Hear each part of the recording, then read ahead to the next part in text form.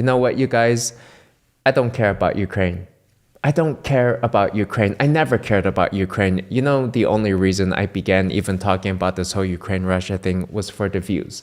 And that's really the fact of what all mainstream media is doing. And the fact is today, nobody cares about Ukraine. Check out this Google Trends chart for the search keywords for Ukraine. And the interest has just plummeted within the past few weeks. Nobody cares about Ukraine anymore. People have become numb to this. Worldwide, the interest is also down to almost zero. And you know what the reason for this is? When I look at these heartbreaking photos, these award-winning photos arguably, is that these photos may very well be staged.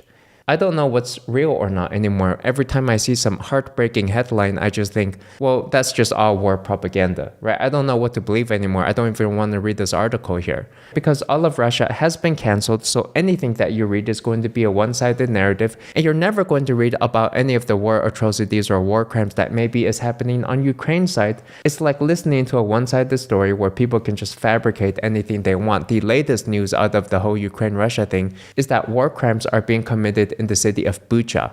Massacred civilians, body bags, rampant plundering in Ukraine. Of course, in war, truth is the first casualty, as Scott Ritter, a former US Marine Corps intelligence officer, states. You see, the problem is the main source of the Bucha tragedy reports is a videotape taken by the Ukrainian National Police. Dozens or so corpses littering the roadway, many of them appear to have been bound. The video has gone viral. Now, on Russia's side, they have vehemently denied these allegations and requested an emergency meeting with the UN Security Council to discuss what the Russian Foreign Ministry has called criminal provocations by Ukrainian soldiers and radicals in Bucha. And actually, as RT reports, this wasn't even in Bucha. That's right, the videotape, according to confirmed information, took place in the village of Moschun, about 23 kilometers north of Ukraine.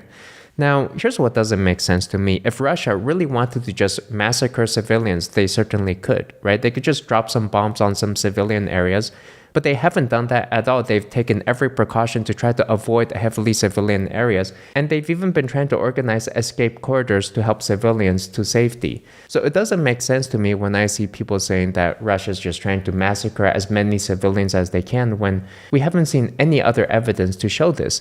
You know what I think? This is all part of a PSYOPs effort for regime change. We've seen Joe Biden already say he wants regime change, and they're trying to categorize Putin as a war criminal. They need some way to show he's a war criminal and he needs to go out. So the big headlines you see everywhere is war criminal. It's very clear that war crimes have taken place. President Biden suggested Russian President Vladimir Putin should be tried as a war criminal. This guy is brutal. And you know, this isn't the first time. We have seen war propaganda in the past from Ukraine, faking putting people into body bags when they're just pretending to do so.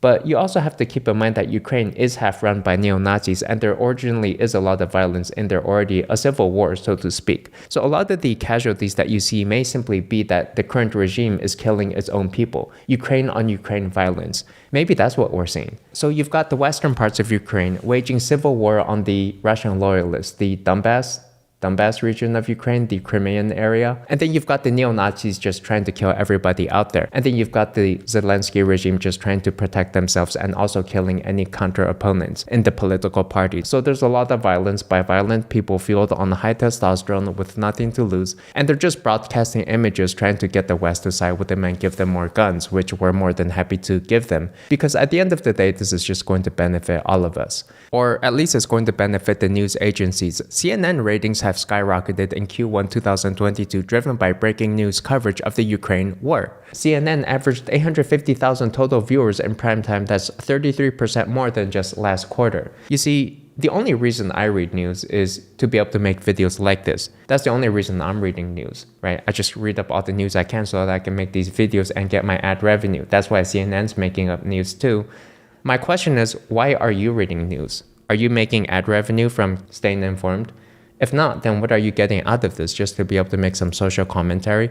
Fox News also topped the March and first quarter cable ratings, averaged 2.8 million viewers in primetime, up 20% from the same month a year earlier. So for everybody who's saying that I'm some despicable character for trying to monetize the Ukrainian-Russian war efforts, well, so are CNN, Fox News. Why don't you tell those people to donate all of their ad revenue and salaries out to some charity? right? Nobody's doing that. Everybody's in here to monetize.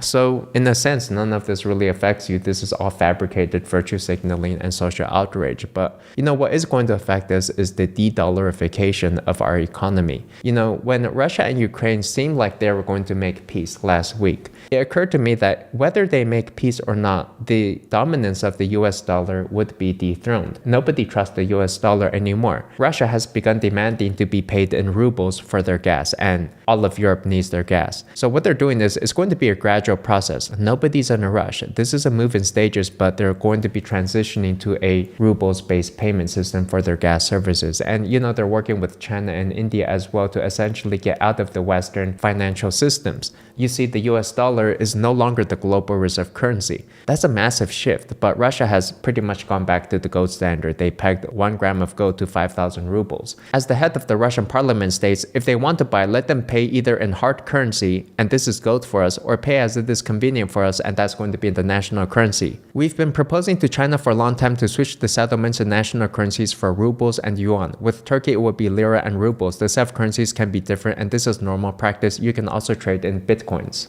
He continues, Russia has no interest in dollars, saying this currency turns into candy wrappers for us.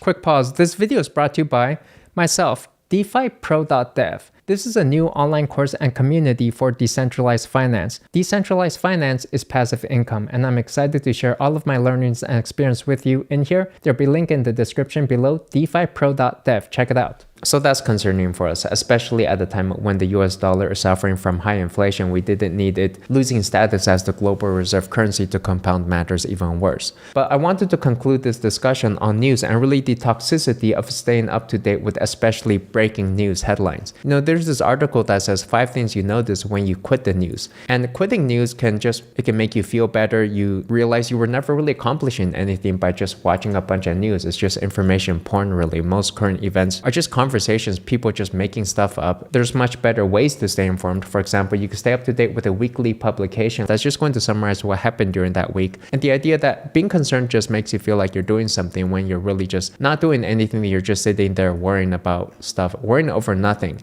And really, I would say information, knowledge for knowledge's sake is really quite useless in today's modern society. You want to focus on the application of that knowledge. But compared to the past, these days you've got knowledge, information at your fingertips. It's not really much of a competitive advantage when anybody can just Google anything that they want. It's like memorizing the multiplication table when everybody's got calculators. The old model of making money was going to school for 4 years and then working as a professional for 30 years. But things change fast. Nowadays, you have to come up to speed on a new profession within just 10 months. And it's obsolete within 4 years. But within those 3 years, you can get very wealthy by practicing that application of knowledge. I want you to take a look at somebody. Tom from MySpace. You remember him, right? MySpace Tom.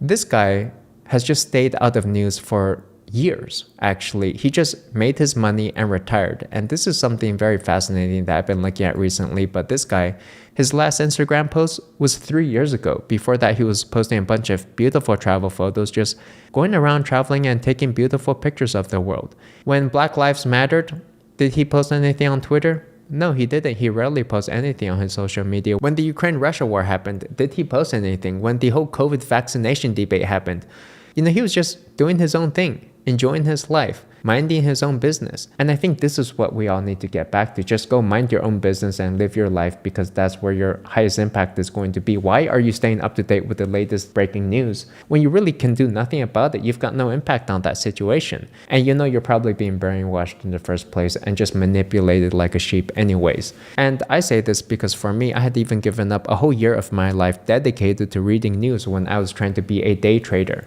And that just wasted a year of my life. I acquired no skills in that time and just read a bunch of random news that became outdated the minute I read it. And worse, the news was not even actionable or tradable because all of it was already priced in by the time I got to reading it on mainstream media. So there you go. People are just trying to get you to care about something that you really probably shouldn't care about. But that'll do for me. Hope you enjoyed the video. Let me know your thoughts in the comments below. I'll see you there if you liked the video or not. Give it a like and subscribe, and I'll see you in the next one. Thanks. Bye.